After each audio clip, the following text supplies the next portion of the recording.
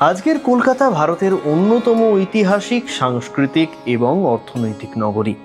কিন্তু এই মহানগরের জন্ম ও বিকাশের ইতিহাস একদিনে গড়ে ওঠেনি।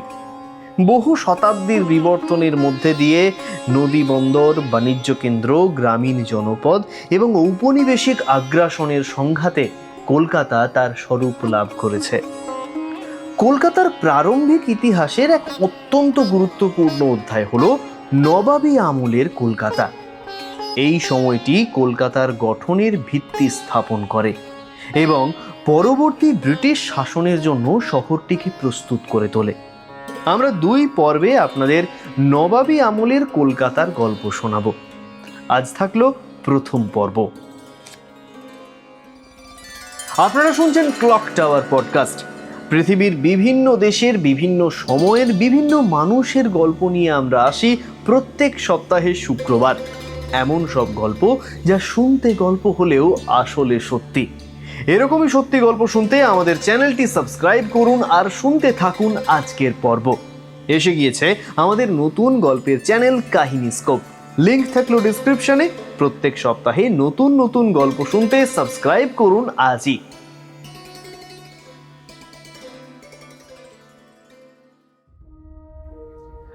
নবাবী আমল বলতে আমরা মূলত বাংলার স্বাধীন বা আধা স্বাধীন নবাবদের শাসনকালকেই বুঝি। বিশেষত মুর্শিদ কুলি খাঁ থেকে শুরু করে সিরাজউদ্দৌলা পর্যন্ত সময়কালকে। এই সময় কলকাতা আজকের মতো বৃহৎ ছিল না, বরং এটি ছিল গঙ্গার তীরবর্তী কয়েকটি ছোট গ্রাম, সুতানুটি, গোবিন্দপুর এবং কলকাতা, যেগুলি ধীরে ধীরে ইউরোপীয় বণিকদের আগমন, বাণিজ্যের বিস্তার, রাজনৈতিক ষড়যন্ত্র এবং প্রশাসনিক পরিবর্তনের ফলে গুরুত্ব অর্জন করতে থাকে। নবাবী আমলের কলকাতাকে বুঝতে হলে আমাদের শুধু শহরের ভৌগোলিক অবস্থান নয়, বরং সেই সময়কার বাংলার অর্থনীতি, মুঘল প্রশাসন, ইউরোপীয় বাণিজ্য, নবাব ইংরেজ সম্পর্ক, সামাজিক জীবন, সংস্কৃতি, নগরায়ন ও সামরিক দ্বন্দ্ব সব কিছুর দিকে নজর দিতে হবে। কারণ কলকাতার জন্মকাহিনী শুধুমাত্র একটি শহরের ইতিহাস নয়, এটি বাংলার ক্ষমতা পরিবর্তন, অর্থনৈতিক লুণ্ঠন এবং আধুনিকতার সূচনার এক জটিল দলিল। কলকাতার ইতিহাসের গোড়ায় রয়েছে নদী। ভাগীরথী, হুগলি নদী এই অঞ্চলের জীবন, বাণিজ্য ও যোগাযোগের প্রধান মাধ্যম ছিল। নদীপথের সুবিধার জন্য প্রাচীনকাল থেকে গঙ্গার এই তীরবর্তী অঞ্চল বাণিজ্য ও বসতির জন্য উপযোগী হয়ে ওঠে। তবে নবাবী আমলের আগে কলকাতা কোনো বৃহৎ রাজনৈতিক বা প্রশাসনিক কেন্দ্র ছিল না। এটি ছিল জলাভূমি, খালবিল, নারকেল সুপারি গাছ, বাঁশঝাড়, মাছ ধরা, কৃষিকাজ এবং ছোটখাটো বাজার কেন্দ্রিক গ্রামীণ অঞ্চল। কলকাতার আদিম রূপ গঠিত হয়েছিল মূলত 3টি গ্রামকে কেন্দ্র করে: সুতানুটি, গোবিন্দপুর, কলকাতা। এই 3টি গ্রামের নামই কলকাতার প্রাচীন সত্তার পরিচায়ক। সুতানুটি ছিল তুলো, সুতো, কাপড় ও বস্ত্র বাণিজ্যের জন্য পরিচিত। গোবিন্দপুর ছিল তুলনামূলকভাবে শান্ত কৃষি নির্ভর অঞ্চল। আর কলিকাতা গ্রামটি ছিল প্রশাসনিক ও জমিদারি ব্যবস্থার সঙ্গে বেশি সংযুক্ত। এই অঞ্চলগুলিতে জেলে, তাঁতি, কৃষক, কুমোর, তেলি, মুচি, কায়স্থ, বৈশ্য, ব্রাহ্মণ, মুসলমান, কারিগর ও ব্যবসায়ী বিভিন্ন শ্রেণীর মানুষের বসবাস ছিল। ভৌগোলিকভাবে এই অঞ্চলের সবথেকে বড় শক্তি ছিল তার নদী বন্দর। হুগলি নদীপথে সমুদ্রগামী জাহাজ চলাচল করতে পারত, ফলে বিদেশি বাণিকদের কাছে এটি দ্রুত আকর্ষণীয় হয়ে ওঠে। পাশাপাশি নদীর আশেপাশের জমি ছিল উর্বর, ফলে কৃষিজ পণ্য সহজেই পাওয়া যেত। এই সমস্ত কারণে নবাবী আমলে কলকাতা ধীরে ধীরে একটি বাণিজ্য কেন্দ্রে পরিণত হয়।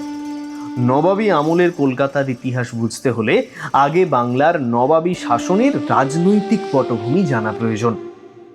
মুঘল সাম্রাজ্যের দুর্বলতার সুযোগে বাংলার সুবাদাররা ক্রমশ স্বাধীন শক্তিতে পরিণত হন। বাংলার অর্থনৈতিক সমৃদ্ধি, উর্বর কৃষিজমি, মসলিন, সিল্ক, নীল, লবণ, চাল, চিনি ও মশলার জন্য এই অঞ্চলটা মুঘল ভারতের সবথেকে ধনী প্রদেশগুলির মধ্যে একটি ছিল। বাংলার নবাবদের মধ্যে উল্লেখযোগ্য ছিলেন মুর্শিদ কুলি খান, সুজাউদ্দিন, সরফরাজ খান, আলীবর্দী খান, সিরাজউদ্দৌলা। এই নবাবরা বাংলার প্রশাসন, রাজস্ব ব্যবস্থা এবং বাণিজ্যের ওপর নিয়ন্ত্রণ বজায় রাখতে সচেষ্ট ছিলেন। কিন্তু একই সময়ে ইংরেজ, ফরাসি, ডাচ, ড্যানিশ ও পর্তুগিজ বণিকরা বাংলার বিভিন্ন স্থানে বাণিজ্য কেন্দ্র স্থাপন করে নিজেদের প্রভাব বাড়াতে থাকে। এই বিদেশি বণিকদের মধ্যে সবচেয়ে উচ্চাভিলাষী ছিল ইস্ট ইন্ডিয়া কোম্পানি। নবাবী আমলে কলকাতার বিকাশ মূলত ইংরেজ বণিকদের কার্যকলাপের সঙ্গে যুক্ত। তবে এই বিকাশ প্রথম দিকে ছিল নবাবদের অধীনস্থ, অনুমতি নির্ভর এবং সীমিত। ইংরেজরা বাণিজ্যের অজুহাতে ধীরে ধীরে সামরিক ও প্রশাসনিক শক্তি অর্জন করতে থাকে, যা পরবর্তীতে বাংলার স্বাধীনতার জন্য বিপজ্জনক হয়ে ওঠে। বাংলার বাণিজ্যিক সমৃদ্ধি ইউরোপীয়দের বহু আগে থেকেই আকৃষ্ট করেছিল। 16 শতক থেকে পর্তুগিজ, পরে ডাচ, ফরাসি, ড্যানিশ ও ইংরেজ বণিকরা বাংলায় আসতে শুরু করে।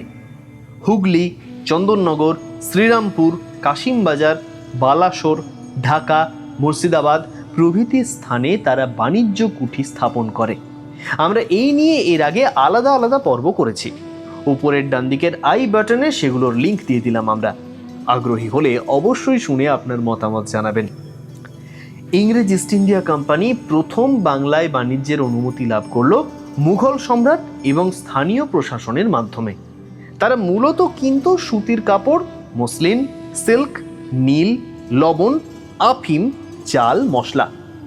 এই বাণিজ্য পরিচালনার জন্য তাদের প্রয়োজন ছিল এমন একটি জায়গা যেখানে নদীপথে জাহাজ ভিড়তে পারে, পণ্য সহজে সংরক্ষণ করা যায়, স্থানীয় শ্রম ও কারিগর পাওয়া যায়, প্রশাসনিক ঝামেলা তুলনামূলক কম হয়।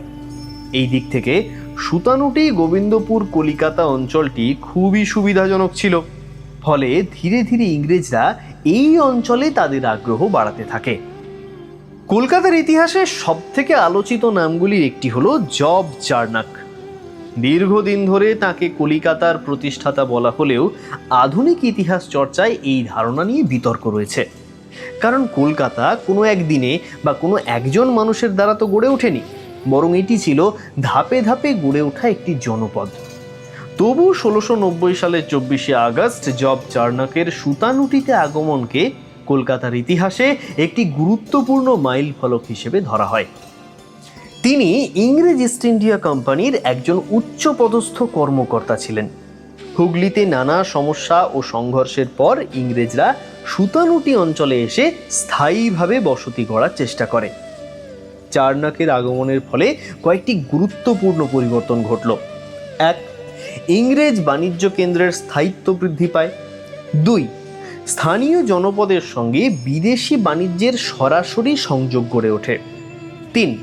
নদী বন্দর কেন্দ্রিক অর্থনৈতিক কার্যকলাপ বাড়তে থাকে। 4. কলিকাতা ভবিষ্যৎ প্রশাসনিক ও সামরিক ঘাঁটি হিসেবে গড়ে ওঠার ভিত্তি পায়।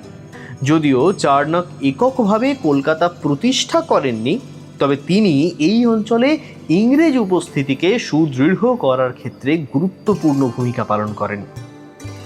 নবাবী আমলের কলকাতার আরেকটি গুরুত্বপূর্ণ দিক হল জমিদারি ও ভূমি স্বত্বের প্রশ্ন।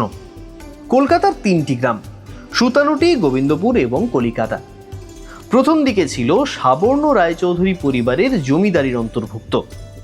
ইংরেজদের স্থায়ীভাবে বসতি স্থাপনের জন্য এই জমিগুলি অধিকারের প্রয়োজন হলো।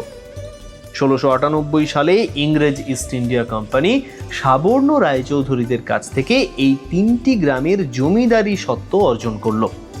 এই ঘটনা কলকাতার ইতিহাসে অত্যন্ত তাৎপর্যপূর্ণ, কারণ এর ফলে ইংরেজরা শুধু বণিক হিসেবেই নয়, জমিদার ও প্রশাসনিক শক্তি হিসেবেও আত্মপ্রকাশ করতে শুরু করে। এই জমিদারি লাভের পর ইংরেজরা রাজস্ব আদায় করতে শুরু করে, বসতি ও গুদাম নির্মাণ বাড়ায়, স্থানীয় জনসংখ্যা ও শ্রম শক্তিকে নিজেদের অর্থনীতির সঙ্গে যুক্ত করে, নিজস্ব আইন শৃঙ্খলা ও প্রতিরক্ষা ব্যবস্থা গড়ে তোলে। এখান থেকেই কলকাতা ধীরে ধীরে একটি গ্রামীণ জনপদ থেকে ঔপনিবেশিক শহরে রূপান্তরের পথে এগোয়। ইংরেজদের বাণিজ্য যত বাড়তে থাকে ততই তারা নিজেদের নিরাপত্তা নিয়ে চিন্তিত হয়ে ওঠে। নবাবী আমলে ইউরোপীয় শক্তিগুলোর মধ্যে প্রতিযোগিতা জলদস্যুদের আক্রমণ, স্থানীয় রাজনৈতিক অনিশ্চয়তা এবং প্রশাসনিক টানাপোড়েনের কারণে ইংরেজরা কলকাতায় একটি দুর্গ নির্মাণের প্রয়োজন অনুভব করে। এই প্রেক্ষাপটেই গড়ে ওঠে ফোর্ট উইলিয়াম। পুরনো ফোর্ট উইলিয়াম নির্মাণ করা হয় মূলত ইংরেজ বাণিজ্য কেন্দ্রগুলো রক্ষার উদ্দেশ্যে। এটা ছিল কলকাতার প্রথম গুরুত্বপূর্ণ সামরিক প্রশাসনিক স্থাপনা। ফোর্ট উইলিয়ামের তাৎপর্য ছিল বহুমাত্রিক। এটি ইংরেজদের সামরিক শক্তির প্রতীক হয়ে ওঠে। এটি কলকাতাকে একটি দুর্গ নগরী হিসেবে পরিচিত করে। এটি স্থানীয় নবাবী প্রশাসনের কাছে ইংরেজদের উদ্দেশ্য নিয়ে সন্দেহ তৈরি করে। এটি পরবর্তীতে সিরাজউদ্দৌলার সঙ্গে সংঘর্ষের অন্যতম কারণ হয়ে দাঁড়ায়। নবাবী আমলে কলকাতা শুধু বাণিজ্য কেন্দ্রের মধ্যেই সীমাবদ্ধ ছিল না, এটি ক্রমে সামরিক ও রাজনৈতিক শক্তির কেন্দ্র হিসেবেও আত্মপ্রকাশ করছিল। ভবিষ্যতে বাংলার রাজধানী হিসেবে আত্মপ্রকাশ পাওয়ার সমস্ত সম্ভাবনা সুপ্ত রইল। নবাবী আমলে কলকাতার সবথেকে বড় পরিচয় ছিল তার বাণিজ্য কেন্দ্রিক অর্থনীতি। এই সময় কলকাতা বাংলার বৃহত্তর অর্থনৈতিক ব্যবস্থার একটি অংশ হিসেবে কাজ করত। কলকাতার আশেপাশের গ্রাম, নদীপথ, তাঁতিপল্লী, কৃষিজমি এবং বাজারগুলি মিলে একটি সক্রিয় অর্থনৈতিক বলয় তৈরি করেছিল। এক, কলকাতা ও তার আশেপাশে তুলো, সুতো ও কাপড়ের ব্যবসা অত্যন্ত গুরুত্বপূর্ণ ছিল। বিশেষত সুতানুটি নাম থেকেই বোঝা যায় এখানে সুতো ও কাপড়ের লেনদেনের ঐতিহ্য ছিল। ইংরেজরা স্থানীয় তাঁতিদের কাছ থেকে কাপড় কিনে ইউরোপে রপ্তানি করত। দুই, হুগলি নদীর তীরে অবস্থিত হওয়ায় কলকাতা দ্রুতই একটি গুরুত্বপূর্ণ নদী বন্দরে পরিণত হয়। ছোট বড় নৌকো, পণ্যবাহী জাহাজ, মাঝি, ঘাট শ্রমিক, গুদামকর্মী সব মিলিয়ে নদী কেন্দ্রিক অর্থনীতি খুবই সক্রিয় হয়ে ওঠে। তিন, যদিও কলকাতা নিজে কৃষি নির্ভর গ্রাম ছিল, তবুও তার আশেপাশের অঞ্চল থেকে চাল, ডাল, তেলবীজ, শাকসবজি, মাছ, দুধ ইত্যাদি শহরে আসত। ফলে শহর ও গ্রামের মধ্যে ঘনিষ্ঠ অর্থনৈতিক সম্পর্ক গড়ে ওঠে। চার, কুমোর, কামার, ছুতোর, জেলে, তেলি, নাপিত, মুচি, স্বর্ণকার, মিষ্টান্ন প্রস্তুতকারক, নৌকো নির্মাতা এই সব পেশার মানুষ কলকাতার অর্থনীতিতে গুরুত্বপূর্ণ ভূমিকা পালন করত। পাঁচ, নবাবী আমলে বাণিজ্য থেকে শুল্ক আদায় ছিল প্রশাসনের একটি বড় আয়ের উৎস। কিন্তু ইংরেজরা ধীরে ধীরে নিজেদের সুবিধা আদায় করে এই শুল্ক ব্যবস্থাকে দুর্বল করতে থাকে, যা নবাবী শাসনের সঙ্গে তাদের দ্বন্দ্ব বাড়িয়ে তোলে। নবাবী আমলের কলকাতা ছিল বহুজাতিক, বহুভাষিক এবং বহু সাংস্কৃতিক জনপদ। এখানে স্থানীয় বাঙালিদের পাশাপাশি নানা অঞ্চলের মানুষ এসে বসতি স্থাপন করতে শুরু করে, কারণ বাণিজ্য ও কর্মসংস্থানের সুযোগ দ্রুত বাড়ছিল। তখন কলকাতায় বসবাস করত বাঙালি, হিন্দু, মুসলমান ও বিহারি শ্রমিক, মারোয়াড়ি ব্যবসায়ী, আর্মেনীয় বণিক, পর্তুগিজ খ্রিস্টান, ইংরেজ, ডাচ, ফরাসি, ড্যানিশ বণিক। এই মিশ্র জনসংখ্যা কলকাতার সামাজিক চরিত্রকে অন্য বাংলা শহরগুলির তুলনায় আলাদা করে তুলছিল। নবাবী আমলে কলকাতায় একদিকে ছিল কাঁচা ঘর, খড়ের ছাউনি, মাটির রাস্তা, পুকুর, বাঁশঝাড়, খালবিল। অন্যদিকে ধীরে ধীরে গড়ে উঠছিল ইটের গুদাম, অফিস, গির্জা, কুঠি, সাহেবদের বাড়ি এবং দুর্গ।